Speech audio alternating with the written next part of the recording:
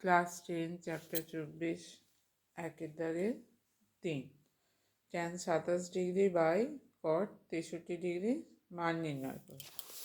আচ্ছা, এখানে আমরা 27 আর 63 যোগ করে দেখতে পাচ্ছি 90 ডিগ্রি হবে। তাহলে 27 ডিগ্রির সমান লেখা যাবে 90 minus 63।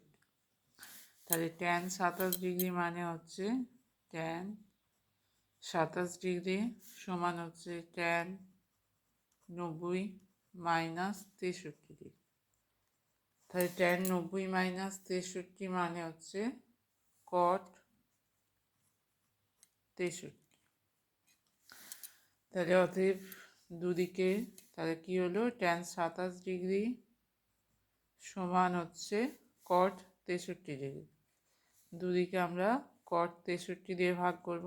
tan 27 degree by cot 63 degree সমান হচ্ছে cot 63 degree by cot 63 degree.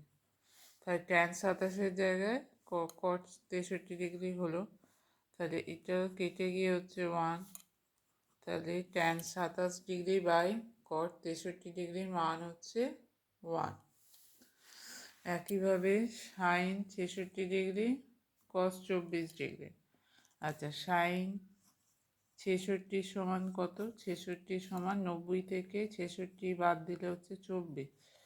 তাহলে 90 থেকে 24 বাদ দিলে হবে 66। তাই 66 সমান হচ্ছে 90 ডিগ্রি মাইনাস 24 ডিগ্রি।